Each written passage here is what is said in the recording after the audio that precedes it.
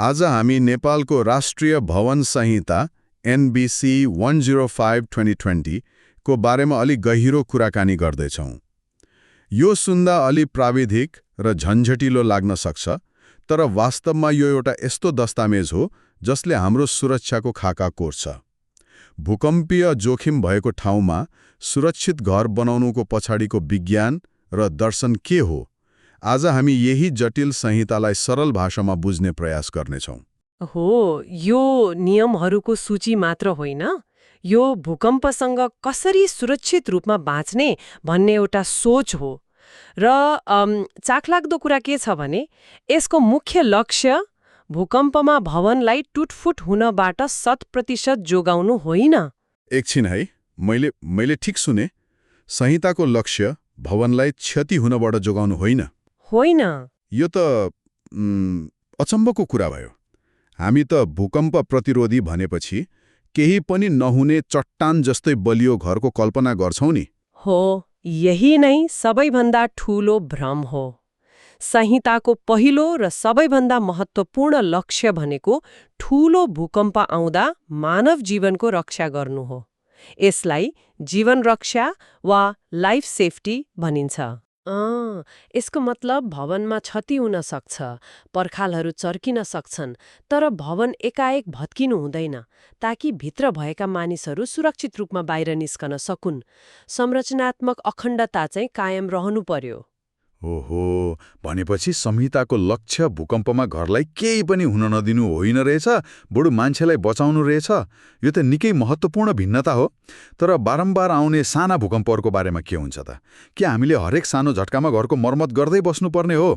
संहिताले यसबारे के भन्छ? एकदमै राम्रो प्रश्न न। यही नै संहिताको दोस्रो लक्ष्य हो, जसलाई क्षतिको न्यूनीकरण वा ड्यामेज लिमिटेसन भनिन्छ। ड्यामेज लिमिटेसन हो, यसको सोच के हो भने डिजाइन भूकम्पभन्दा साना तर धेरै पटक आउन सक्ने भूकम्पहरूमा भवनमा खासै क्षति हुनु हुँदैन। सामान्य चर्किने बाहेक अरू केही नहोस्, ताकि भवनको प्रयोगमा कुनै बाधा नआओस्।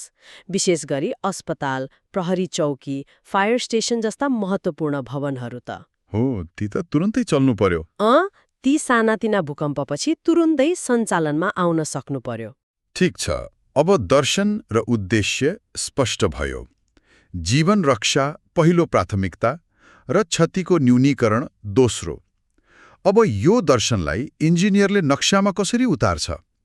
केही आधारभूत नियमहरू होलान् नि, जस्तै यो चाहिँ गर्नै पर्छ वा यो चाहिँ कहिल्यै नगर्नु भन्ने खालका? छन्, र ती निकै तर्कसङ्गत छन्। पहिलो सिद्धान्त हो संरचनात्मक सरलता। सरलता? हो, भवनको डिजाइन जति सरल र स्पष्ट भयो, भूकम्पको बलले यात्रा गर्ने बाटो पनि त्यति नै अनुमानयोग्य हुन्छ। बल सिधै जगसम्म सजिलै पुग्नुपर्छ। तर आजकलको वास्तुकलामा त जटिल र आकर्षक डिजाइनको चलन छ नि। के यो संहिताले आर्किटेक्टको रचनात्मकतालाई सीमित गर्दैन र? खै, केही हदसम्म गर्छ, तर सुरक्षाको लागि यो आवश्यक छ।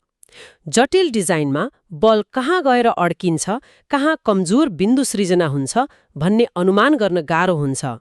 सरल डिजाइनमा बलको प्रवाह अनुमान गर्न सकिन्छ र सोही अनुसार संरचनालाई बलियो बनाउन सकिन्छ। ओके, सरल डिजाइन।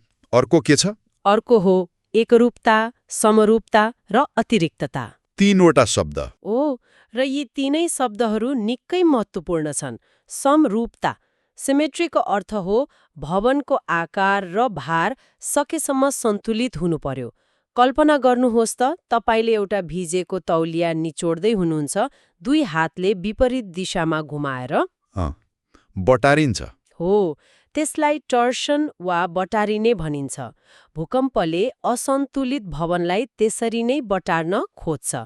यदि भवन सम्मित छ भने यो बटारिने प्रभाव निकै कम हुन्छ, जसले गर्दा कुनाका पिलरहरूमा अनावश्यक दबाव पर्दैन। भनेपछि भवनको एक कुना र अर्को कुनामा फरक फरक बल लाग्यो भने त्यो बटारिएर च्यातिन सक्छ। अतिरिक्तता, रिडन्डेन्सीको अर्थ के हो त? अतिरिक्तता भनेको ब्याकअप प्लान जस्तै हो। सोच्नुहोस्, 4 खुट्टा भएको कुर्सीमा एउटा खुट्टा भाँचियो भने के हुन्छ? त्यो लडखडाउँछ, तर तुरुन्तै ढल्दैन। सही, तर 3 खुट्टे स्टुलको एउटा खुट्टा भाँचियो भने त्यो त तुरुन्तै ढल्छ। हो, अतिरिक्तता भनेको त्यही हो। भवनमा भार वहन गर्ने धेरै बाटोहरू हुनुपर्छ ताकि कुनै एक स्तम्भ वा बीम कमजोर भयो भने त्यसको भार अरूहरूले बाँड्न सकुन् र भवन एक्कासी नभत्कियोस्। निकै राम्रो उदाहरण। अनि तपाईले भुइँ र छतको पनि केही विशेष भूमिका हुन्छ भन्नुभएको थियो। हो, जसलाई डायाफ्रामको भूमिका, डायाफ्राम एक्सन भनिन्छ। भवनका भुइँ र छत अर्थात् स्लाबहरू एकदमै बलियो र कडा हुनुपर्छ। यिनीहरूले एउटा बलियो ट्रे जस्तो काम गर्छन्। ट्रे जस्तो? यदि तपाईले एउटा बलियो ट्रेको एक कुनाबाट धकेल्नु भयो भने पुरै ट्रे एकसाथ सर्छ।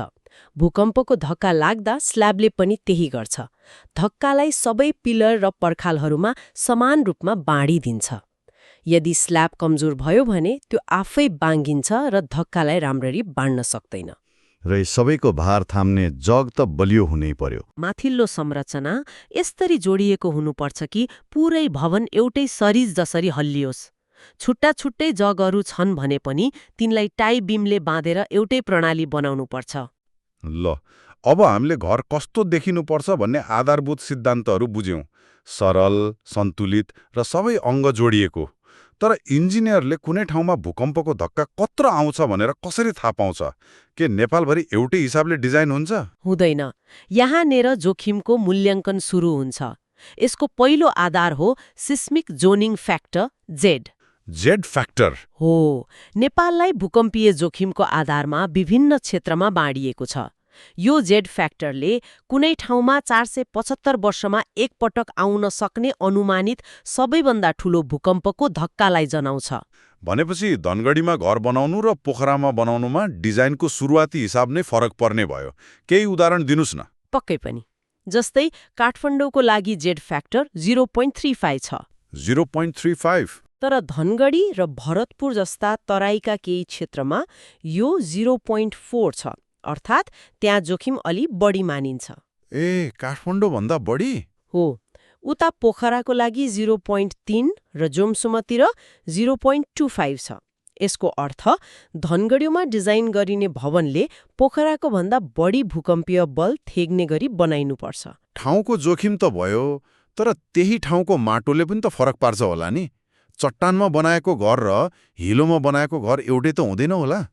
बिल्कुल, यो दोस्रो महत्त्वपूर्ण पक्ष हो, साइट सबसोइल क्याटेगोरी अर्थात् माटोको प्रकार। कल्पना गर्नुहोस्, तपाईँ एउटा ठोस ढुङ्गामाथि उभिनु भएको छ र अर्को चाहिँ जेलीको ठूलो डल्लामाथि। कसैले भुइँ हल्लाइदियो भने कुनमा बढी हल्लिनुहुन्छ? पक्कै पनि जेलीमा कि? हो, नरम माटोले पनि त्यही जेलीको काम गर्छ। त्यसले भूकम्पको कम्पनलाई बढाउँछ, जसलाई एम्प्लिफिकेसन भनिन्छ।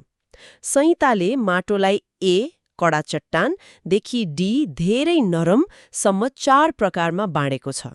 अनि र यहाँ एउटा डरलाग्दो तर सत्य कुरा के छ भने काठमाडौँ उपत्यकाको धेरैजसो भूभाग टाइप डी अर्थात् सबैभन्दा नरम माटो भएको क्षेत्रमा पर्छ। के भन्नुभयो? काठमाडौँ उपत्यकाको माटोले भूकम्पको कम्पनलाई झन बढाउँछ? हो। यो त आगोमा घिउ थपे जस्तै भयो। यो त साँच्चै डरलाग्दो कुरा हो। त्यसैले काठमाडौँमा भवन डिजाइन गर्दा माटोको यो प्रभावलाई पनि हिसाबमा लिनै पर्छ। अब तेस्रो पक्ष आउँछ, भवनको महत्त्व। भवनको महत्त्व भनेपछि सबै भवन बराबर हुँदैनन्? हुँदैनन्। यसलाई महत्त्व फ्याक्टर आई ले निर्धारण गर्छ। संहिताले भवनहरूलाई 3 श्रेणीमा राखेको छ। श्रेणी आईमा साधारण आवासीय भवनहरू पर्छन्, जसको लागि आईको मान 1.0 हुन्छ। यो हाम्रो आधार हो। अनि अरू श्रेणीमा? श्रेणी 2 मा अलि बढी महत्त्वपूर्ण भवनहरू पर्छन्, जस्तै विद्यालय, कलेज, शपिङ मल वा 500 भन्दा बढी मानिस जम्मा हुने ठाउँहरू। यिनीहरूको लागि आईको मान 1.25 हुन्छ। अर्थात् यिनीहरू साधारण घरभन्दा 25% बढी भूकम्पीय बल थेग्ने गरी बनाउनुपर्छ। र सबैभन्दा महत्त्वपूर्ण श्रेणी? पावर स्टेशन, प्रहरी मुख्यालय जस्ता अति आवश्यक सेवाका भवनहरू पर्छन्। Post disaster buildings? हो, यिनीहरूको लागि आईको मान 1.5 हुन्छ। यसको सोझो अर्थ हो एउटा अस्पताल साधारण घरभन्दा 50% बढी बलियो बनाउनुपर्छ। 1.5 गुणा बढी? हो, किनभने भूकम्प गइसकेपछि हामीलाई सबैभन्दा पहिले चाहिने नै अस्पताल र उद्धारकर्मीहरू हुन्। ती संरचनाहरू कुनै पनि हालतमा चल्न सक्ने अवस्थामा हुनु पर्यो। सिद्धान्त, ठाउँको जोखिम र भवनको महत्त्व यी सबैको हिसाब गरेपछि भूकम्पीय बल कति लाग्छ भन्ने निस्क्यो। अब सबैभन्दा चाखलाग्दो भागमा आइपुग्यौं जस्तो छ। त्यो बललाई थेग्नको लागि कङ्क्रिट र डन्डीको डिजाइन कसरी गरिन्छ? हो, अब हामी संरचनाको मुटुमै पुग्छौं। यहाँ एउटा अवधारणा आउँछ जसलाई क्षमतामा आधारित डिजाइन भनिन्छ र यसको मूल मन्त्र सुन्दा अनौठो लाग्न सक्छ। बलियो स्तम्भ, कमजोर बीम। एकछिन है, कमजोर बीम। हामी त घर बलियो बनाउने कुरा गर्दैछौँ, तर यहाँ तपाईँ जानी जानी कुनै भाग कमजोर बनाउने भन्दै हुनुहुन्छ। यो त मैले सोचेको भन्दा ठिक उल्टो भयो। भवनलाई सुरक्षित बनाउने रहस्य नै यसलाई सही ठाउँमा फेल हुन दिनु हो। तपाईँले ठ्याक्कै समात्नुभयो। रहस्य त्यही हो, योजनाबद्ध फेलियर। हामी चाहन्छौँ कि ठूलो भूकम्पमा भवनका केही निश्चित भागहरूमा क्षति होस् र त्यसले भूकम्पको ऊर्जालाई सोसोस्। ती भागहरूलाई प्लास्टिक हिन्ज भनिन्छ। एक मिनट, तपाईले प्लास्टिक हिन्ज भन्नुभयो, यो शब्दले त मलाई गाडीको क्रम्पल जोनको याद दिलायो, जसले दुर्घटनामा खुम्चिएर भित्रको यात्रुलाई बताउँछ। के यो त्यस्तै अवधारणा हो? 100%। यो एकदमै उत्तम उदाहरण हो। गाडी ठोक्किँदा इन्जिन र बडीको अगाडिको भाग खुम्चिन्छ र धक्काको ऊर्जा सोच्छ, तर यात्रु बस्ने क्याबिन भने सुरक्षित रहन्छ। हाम्रो डिजाइनमा बीमहरू त्यही क्रम्पल जोन हुन्। ए, ठूलो भूकम्प आउँदा हामी चाहन्छौँ कि बीमको छेउछाउमा क्षति होस्, त्यहाँ डन्डीहरू बाङ्गिउन्, कङ्क्रिट अलिअलि फुटोस्। यी क्षति हुने योजनाबद्ध ठाउँहरूलाई प्लास्टिक हिन्ज भनिन्छ। यसरी क्षति हुँदा भूकम्पको ठूलो ऊर्जा खपत हुन्छ। अनि स्तम्भहरू? स्तम्भहरू चाहिँ यात्रु बस्ने क्याबिन जस्तै हुन्। ती सधैँ बलियो रहनुपर्छ। ए, ती फेल हुनु भएन? बिल्कुल। यदि स्तम्भ नै फेल भयो भने त पुरै तल भत्किन्छ। त्यसैले बीममा क्षति भएर ऊर्जा सकियोस्, तर स्तम्भहरूले भवनलाई उभ्याइराखुन् भन्ने नै यसको दर्शन हो। संहिताले भन्छ स्तम्भको मोमेन्ट थेग्ने क्षमता बीमको भन्दा कम्तीमा 1.2 गुणा बढी हुनुपर्छ। भनेपछि क्षतिलाई योजनाबद्ध रूपमा बीमहरूमा केन्द्रित गरिन्छ। यो त निकै चलाक डिजाइन रहेछ। यसलाई व्यवहारमा कसरी उतारिन्छ? डन्डीको बनावटमा के विशेष कुरा हुन्छ? भूकम्प प्रतिरोधी डिजाइनको सबैभन्दा महत्त्वपूर्ण तर अक्सर बेवास्ता गरिने पक्ष हो। स्तम्भ र बीमको जोर्नीहरूमा र छेउमा राखिने डन्डीको बाक्लो जाली, जसलाई विशेष घेरा रिन्फोर्समेन्ट, स्पेशल कन्फाइनिङ रिन्फोर्समेन्ट भनिन्छ, यसको मुटु हो। यसले के काम गर्छ? सामान्य रिङभन्दा के फरक छ? कल्पना गर्नुहोस्, तपाईले मुठीमा बालुवा लिनुभएको छ। जति बलियोसँग र नजिक नजिक औँलाहरूले च्याप्नुभयो, त्यो बालुवा त्यति नै बलियो हुन्छ र दबाव थेक्न सक्छ। ठिक छ। कन्फाइनिङ रिइन्फोर्समेन्टले पनि कङ्क्रिटको भित्री भाग, कोरलाई त्यसरी नै बाक्लो फलामे रिङले च्यापेर राख्छ। यसले कङ्क्रिटलाई ठूलो दबावमा छरपष्ट भएर फुट्न दिँदैन, बरु त्यसलाई लचिलो बनाइदिन्छ। लचिलो कङ्क्रिट? हो, कङ्क्रिट टुक्रिनुको सट्टा खुम्चिन थाल्छ, जसले भवनलाई नभत्किकन हल्लिन मद्दत गर्छ। ए, भनेपछि बाक्लो रिङले कङ्क्रिटको भित्री भागलाई फुट्नबाट जोगाएर एउटा सुपर कङ्क्रिट बनाउँदो रहेछ, जसले धेरै दबाव थेक्न सक्छ। यो कहाँ राख्नुपर्छ? यो विशेष गरी स्तम्भको माथि र तल र बीमको छेउमा, जहाँ प्लास्टिक हिन्ज बन्ने सम्भावना हुन्छ, त्यहाँ राख्नुपर्छ। संहिताले यी संवेदनशील क्षेत्रमा रिङ, त्यो के रे, स्टिरप्सको दूरी एकदमै कम, लगभग 100 मिलिमिटर 4 इन्च वा त्योभन्दा पनि कम हुनुपर्छ भनेर तोकेको छ। निकै बाक्लो हो, जबकि बीचको भागमा यो दूरी बढी हुन सक्छ। यही सूक्ष्म विवरणले भवनको व्यवहारमा आकाश जमिनको फरक पार्छ। डन्डी जोड्ने बारेमा पनि केही नियमहरू छन् कि, जसलाई ल्यापिङ भनिन्छ? छ, र यो पनि एकदमै महत्त्वपूर्ण छ। डन्डी जोड्नु पर्दा त्यो जोड्नी कहिले पनि उच्च दबाव हुने ठाउँमा हुनु हुँदैन। जस्तै? अर्थात् बीम र स्तम्भको जोड्नी नजिक वा प्लास्टिक हिन्ज बन्ने सम्भावित क्षेत्रमा डन्डी जोड्नु हुँदैन। यो भनेको तपाईको गाडीको सबैभन्दा महत्त्वपूर्ण नटबोर्डलाई खिया लागेको ठाउँमा जोड्नु जस्तै हो। त्यो सबैभन्दा पहिले फेल हुन्छ। ए, हो नि। ल्यापिङ सकेसम्म स्तम्भ वा बीमको बीच भागमा जहाँ दबाव कम हुन्छ त्यहाँ गर्नुपर्छ र कुनै एकै ठाउँमा 50% भन्दा बढी डन्डीहरू जोड्न पाइँदैन। वाह, आजको छलफलले त मेरो दिमागमा सुरक्षित घरको पुरै तस्विर नै बदल्यो। हामीले भवनको किन, उद्देश्यबाट सुरु गर्यौं, कसरीको आधारभूत सिद्धान्तहरू हेर्यौं, जोखिमको हिसाब बुझ्यौं र अन्त्यमा डन्डीको केसम्म पुग्यौं। यो त एउटा बहुआयामिक दृष्टिकोण रहेछ।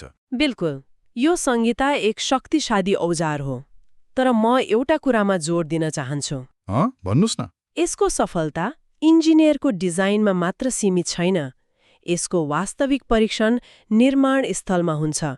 डिजाइन जतिसुकै राम्रो भए पनि यदि निर्माणको क्रममा डन्डी सही तरिकाले बाँधिएन, मसलाको गुणस्तर ठिक भएन वा त्यो बाक्लो रिङ सही ठाउँमा राखिएन भने त्यो डिजाइन कागजमा मात्र सीमित रहन्छ। हो, गुणस्तर र अनुगमन बिना यो संहिता अर्थहीन छ। यो छलफलले के स्पष्ट पार्छ भने सुरक्षित भवन निर्माण एउटा समग्र प्रक्रिया हो जहाँ डिजाइन, निर्माण र अनुगमनको बराबर भूमिका हुन्छ। अब एउटा अन्तिम विचार छोडेर जाउँ। हामीले घरको हड्डी अर्थात् संरचनाको कुरा गर्यौं, तर ठूलो भूकम्पको समयमा भवनभित्रका गैर संरचनात्मक वस्तुहरू जस्तै खस्ने दराज, फुट्ने सिसा वा झर्ने सिलिङले पनि मानव जीवनमा ठूलो जोखिम निम्त्याउन सक्छन्। हो, सन् 2011 को न्युजिल्यान्डको क्राइस्टचर्च भूकम्पमा धेरै मानिसहरूको मृत्यु संरचना भत्केर भन्दा पनि भवनभित्रका यस्तै वस्तुहरूले गर्दा भएको थियो।